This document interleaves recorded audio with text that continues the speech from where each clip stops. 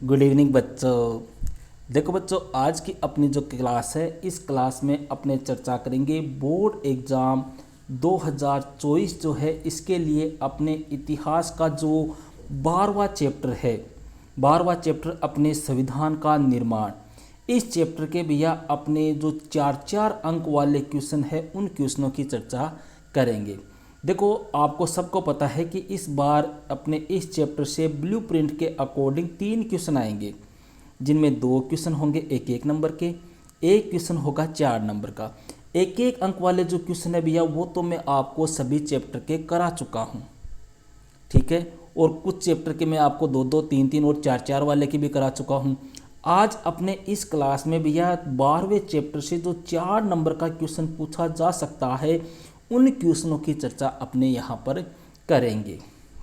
समझ रहे हो? तो देखो, जो भी बच्चे अपने चैनल से नए जुड़े हैं उन बच्चों को मैं ये कहना चाहूँगा कि अपने चैनल को आप सब्सक्राइब कर लो, और जो पीछे जो वीडियो में उपलब्ध करा चुका हूँ, जो मोस्ट क्वेश्चन में उपलब्ध करा चुका हूँ, उनको एक बार आप प्लेलिस्ट में जाके अपने चैनल की वहाँ पर जाके एक बार उनको आप ज़रूर से तैयार कर लो।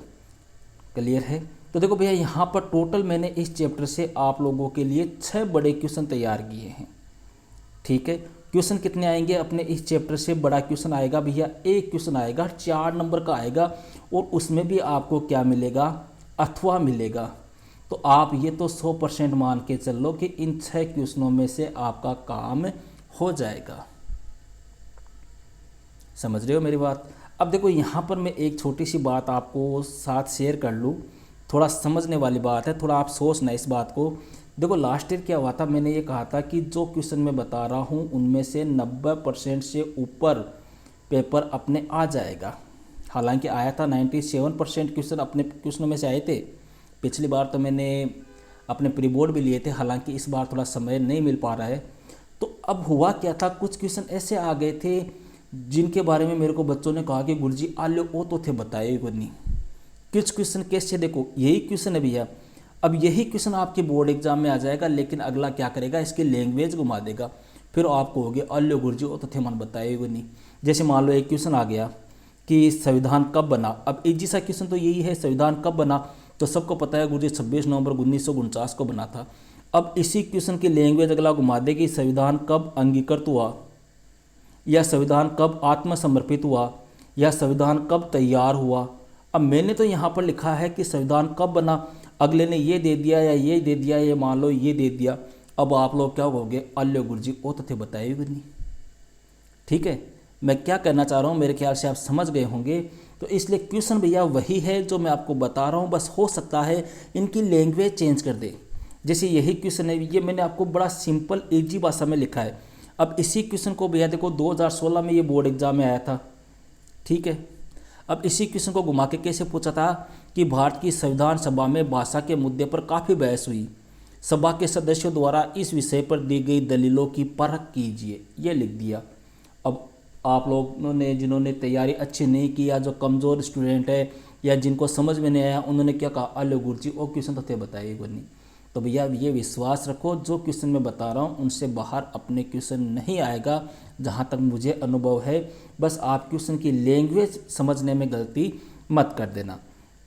अब देखो, यहाँ पर मोटा मोटा अपने इन क्वेश्चनों की चर्चा करते हैं, डिटेल से चर्चा नहीं करेंगे क्योंकि सब कुछ मेरा आपको पढ़ाया हुआ है, सब कुछ आपको नोट्स लिखाया हुआ है।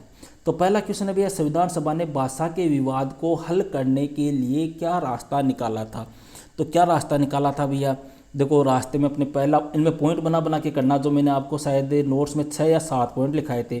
पहला पॉइंट तो था हिंदुस्तानी भाषा वाला, ठीक है। उसमें लिख देना कि 20वीं शताब्दी के तीसरे दशक यानी 1930 में कांग्रेस ने स्वीकार किया कि हिंदुस्तानी को ही राष्ट्रीय भाषा का स्थान दिया जाए और हिंदुस्तानी हिंदी और उर्दू का सम्मिलित रूप होगी। इस समय हिंदू तथा मुसलमानों का मानना था कि राष्ट्रभाषा का दर्जा न तो हिंदू को मिले, न तो हिंदी को मिले, न उर्दू को। यहाँ मध्य मार्गी हिंदुस्तानी भाषा थी जो हिंदी, उर्दू, संस्कृत, अरबी तथा फारसी के विभिन्न शब्दों से बनी थी। इस प्रकार से पहला पॉइंट हो गया। फिर दूसरा पॉइंट आप गांधी जी का मत वाला जो लिखाया था वो कर देना। तीसरा फिर दुल्लेकर जो थे, आर बी दुल्लेकर, उन्होंने हिंदी के समर्थन में अत्यधिक प्रयास किया था। जब किसी ने कहा कि संविधान सभा के अधिकांश सदस्यों को हिंदी नहीं आती, तो इस पर दुलेकर बोले, जो सदस्य हिंदी नहीं समझते उन्हें संविधान सभा की सदस्यता के अयोग्य माना जाएगा, उन्हें यहाँ से चले जाना चाहिए। ठीक है, तो दुलेकर वाला पॉइंट हो गया। फिर भाषा समिति का सुझाव है वो कर देना। ठीक है, इस प्रकार से 5-6 पॉइंट आपको लिखाए हुए हैं, वो आपको इस क्वेश्चन के आंसर में करने हैं। देखो यहाँ पर 6 क्वेश्चन है भैया टोटल।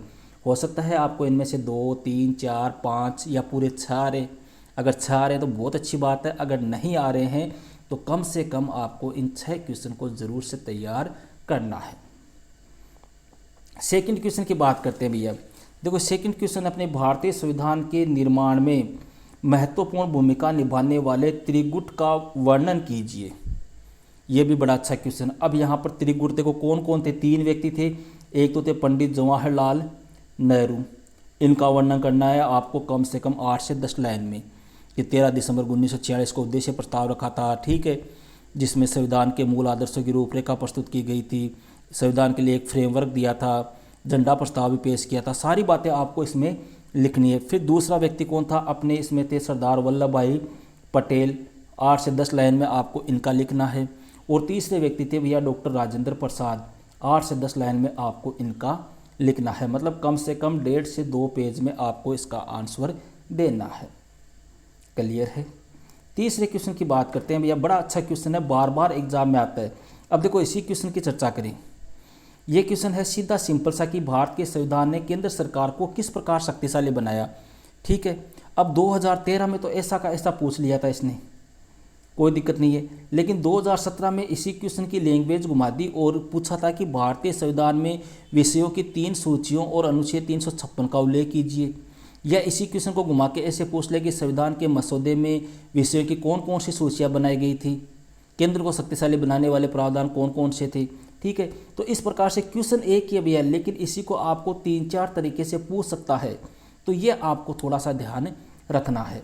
तो देखो इस क्वेश्चन के आंसर की बात करें तो भैया भारत के संविधान ने केंद्र सरकार को किस प्रकार शक्तिशाली बनाया, तो इसमें जो तीनों सूचियां हैं अपने केंद्र सूची, राज्य सूची, संवर्ती सूची, इनका उल्लेख कर देना। ठीक है, फिर केंद्र को अधिक शक्तिशाली बनाने वाले जो प्रावधान थे उनके बारे में लिख देना, 5-7 जो मैंने आपको लिखाए हैं कि अन्य संघों की तुलना में अधिक विषयों को केंद्रीय नियंत्रण में रखा गया। संवर्ती सूची में भी राज्यों की इच्छाओं की उपेक्षा करते हुए बहुत अधिक विषय रखे गए। खनिज पदार्थों एवं आधारभूत उद्योगों पर भी केंद्र सरकार का नियंत्रण रहा। ठीक है, इस प्रकार से लगभग 1.5 से 2 पेज के अंदर आपको इसको कंप्लीट करना है। चौथे क्वेश्चन की बात करते हैं भैया। चौथा क्वेश्चन भी बड़ा अच्छा क्वेश्चन है। देखो आपको नोट्स जब मैंने लिखाए थे तो पूरा आपको इस क्वेश्चन को एक क्वेश्चन के रूप में इसके नोट्स लिखाए थे मैंने आपको, क्योंकि मुझे पता है ये क्वेश्चन बड़ा अच्छा क्वेश्चन है कि भारतीय संविधान सभा के ऐसे कौन से 2 अभिलक्षण थे, ऐसे कौन से 2 बिंदु थे, ऐसे कौन से 2 प्रस्ताव थे जिन पर सभी की सहमति थी। अब इनमें 2 प्रस्ताव कौन से थे भैया, एक तो था वयस्क मताधिकार वाला, इसका वर्णन करना है आपको कम से कम 10 से 15 लाइन के अंदर। और दूसरा प्रस्ताव था भैया धर्मनिरपेक्षता के ऊपर, धर्मनिरपेक्षता पर बल, इसका वर्णन करना है। ये दोनों पॉइंट आपको हेडिंग लगा के कम से कम 1.5 से 2 पेज में इसका आंसर आपको करना है। समझ गए। नेक्स्ट क्वेश्चन की बात करते हैं भैया, क्वेश्चन नंबर 5।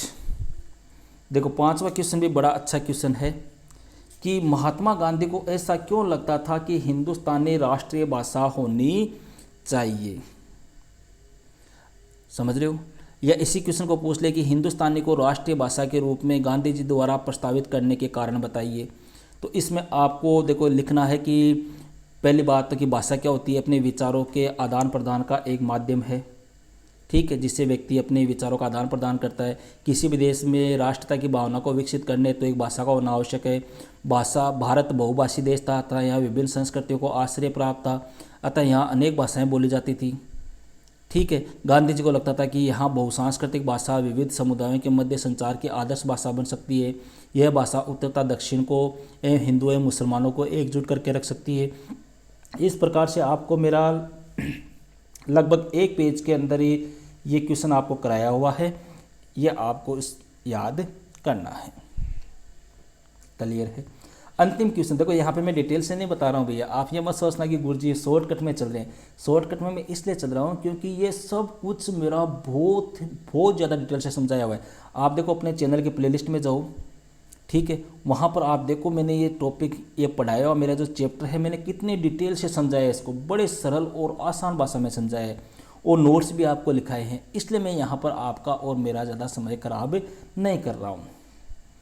छठवां क्वेश्चन है भैया, जवाहरलाल नेहरू द्वारा पेश किए गए उद्देश्य प्रस्ताव में किन आदर्शों की व्याख्या की गई थी? उद्देश्य प्रस्ताव जवाहरलाल नेहरू ने पेश किया था, ठीक है, तो अपने कब पेश किया था आपको पता ही है, 13 दिसंबर 1946 1946 में, ठीक है। उद्देश्य प्रस्ताव एक ऐतिहासिक प्रस्ताव था जिसमें स्वतंत्र भारत के संविधान के मूल आदर्शों तथा उनके उद्देश्यों को समाहित किया गया। इसके अतिरिक्त इसमें वह रूपरेखा भी सुझाई गई जिसके अंतर्गत संविधान निर्माण का कार्य होना था। उद्देश्य प्रस्ताव के बिंदुओं में आप लिख दो कि आदर्श कौन कौन से थे, कि भारत को एक स्वतंत्र संप्रभु गणराज्य घोषित किया जाए, नागरिकों को न्याय, समानता, स्वतंत्रता का पूर्ण रूप से आश्वासन दिया जाए, ठीक है। अल्पसंख्यक है, पिछड़ी जनजाति है, SC ST के लोग हैं, उनके लिए पर्याप्त रक्षात्मक साधन उपलब्ध कराए जाए। इस प्रकार से आपको डिटेल से इसका क्या करना है, वर्णन करना है। ओके भैया, तो ये 6 क्वेश्चन थे अपने इतिहास का जो 12वां चैप्टर है संविधान का निर्माण, इसके बड़े क्वेश्चन या लॉन्ग क्वेश्चन जो आपको 4 नंबर का पूछा जाएगा। ओके भैया, तो मिलते हैं नेक्स्ट वीडियो में एक नेक्स्ट टॉपिक के साथ। That's all.